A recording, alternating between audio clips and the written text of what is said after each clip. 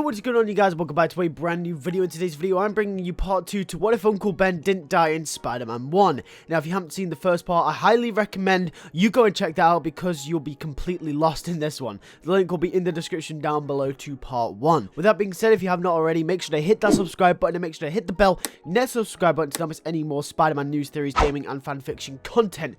And with that being said, let's get straight into the video. What if Uncle Ben didn't die in Spider-Man 1? Part 2. We continue our story with Harry and Peter. Harry takes Peter to Norman and Norman reintroduces himself to Peter and says it was good to see him again. Harry says they have a surprise for Norman. Norman is intrigued. Harry starts to explain to Norman how Peter has these special powers and abilities. Norman tells Harry to be quiet and he asks Peter directly. He asks Peter if what Harry says is true, and Peter nervously says yeah, and that he's had these powers for a little while now and he doesn't know what to do with them or how to treat them. Norman squints with interest. Norman says for Peter to follow him, and Harry asks Norman if he's glad he brought him to him, and Norman says, "You're not the one with the special powers, Harry," and them two walk off together, which sets up an arc here for Harry of how I set him up in the last part. Harry just wants to impress his father, but his father is ignoring him and is now putting more faith and the spotlight on Peter Parker, which is kind of similar to the original movie, how Norman was way more interested in Peter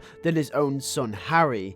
Harry will look down in sadness. He feels like he is slowly losing everyone. He desperately tried to get back his father, but in his desperate attempts to do so, he's ended up starting to lose his best friend too. Peter and Norman walk off. They go into a room together. Norman is perplexed. What could these powers mean? Peter shows Norman an example and he jumps onto the wall, sticking there. He then shoots a web to the other side of the room. Norman immediately asks if he can take a blood sample to see what they are, and Peter says yeah, he needs to figure out what these powers are and about how they work, and what's going on with him. Norman says that he will study Peter's progress with these powers very, very closely.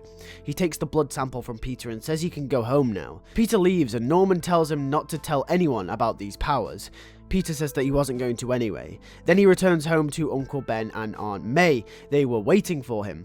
Peter walks into the room and Aunt May says, "Where has he been? School called and said he left." So first he's coming home late and now he's skipping school? Aunt May almost starts breaking down before Ben steps in. He tells Peter he can't be doing this. He understands that he might be going through some changes, becoming a teenager, and Peter argues back saying that they've already had this conversation and he has no idea what he's going through. And then Ben will step in again and say, "Well, tell them." Peter will stare in the general direction, his eyes pierced with unwanted anger. Tears swell in his pupils until his legs experienced a sudden burst and he was upstairs, away from his aunt and uncle. Peter just sits by himself upstairs and he calms himself down.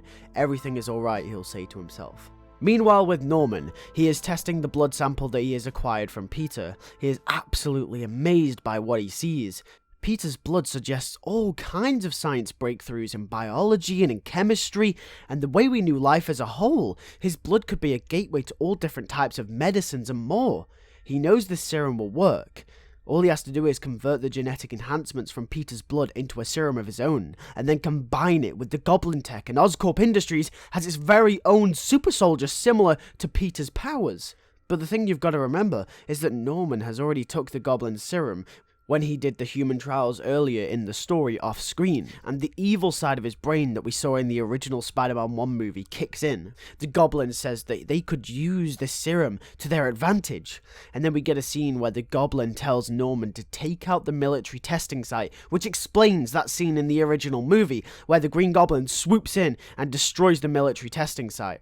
But this time, the Goblin tells him to take the serum that gives Peter his spider powers, because it'll make him even more powerful. Norman obliges and he spends all night converting the blood sample into a serum that can be taken by a human. He injects it into himself and he starts to transform. The Goblin serum starts combining with the spider DNA. Norman grows. He transforms into something far, far worse than the Green Goblin. The ultimate Green Goblin. And he's ready to wreak havoc. And that has been it for today's video. I know I'm terrible for leaving you guys on a cliffhanger, but part 1 was introducing us to this timeline's version of Peter Parker, and this part is introducing us to the main villain, which is obviously still Norman Osborn, the Green Goblin, but he is the ultimate Goblin this time. With that being said, if you did enjoy, make sure to leave a like down below and comment down below what you thought of the part, and if you do enjoy all types of Spider-Man content from news, theories, gaming, and fanfictions like this, make sure to hit that subscribe button and hit the bell next to the subscribe button to not miss any more content in the future, and you can be the first one to watch the videos as soon as they go up. And with that being said, thank you all for watching, and I'll see you all in the next one. Peace.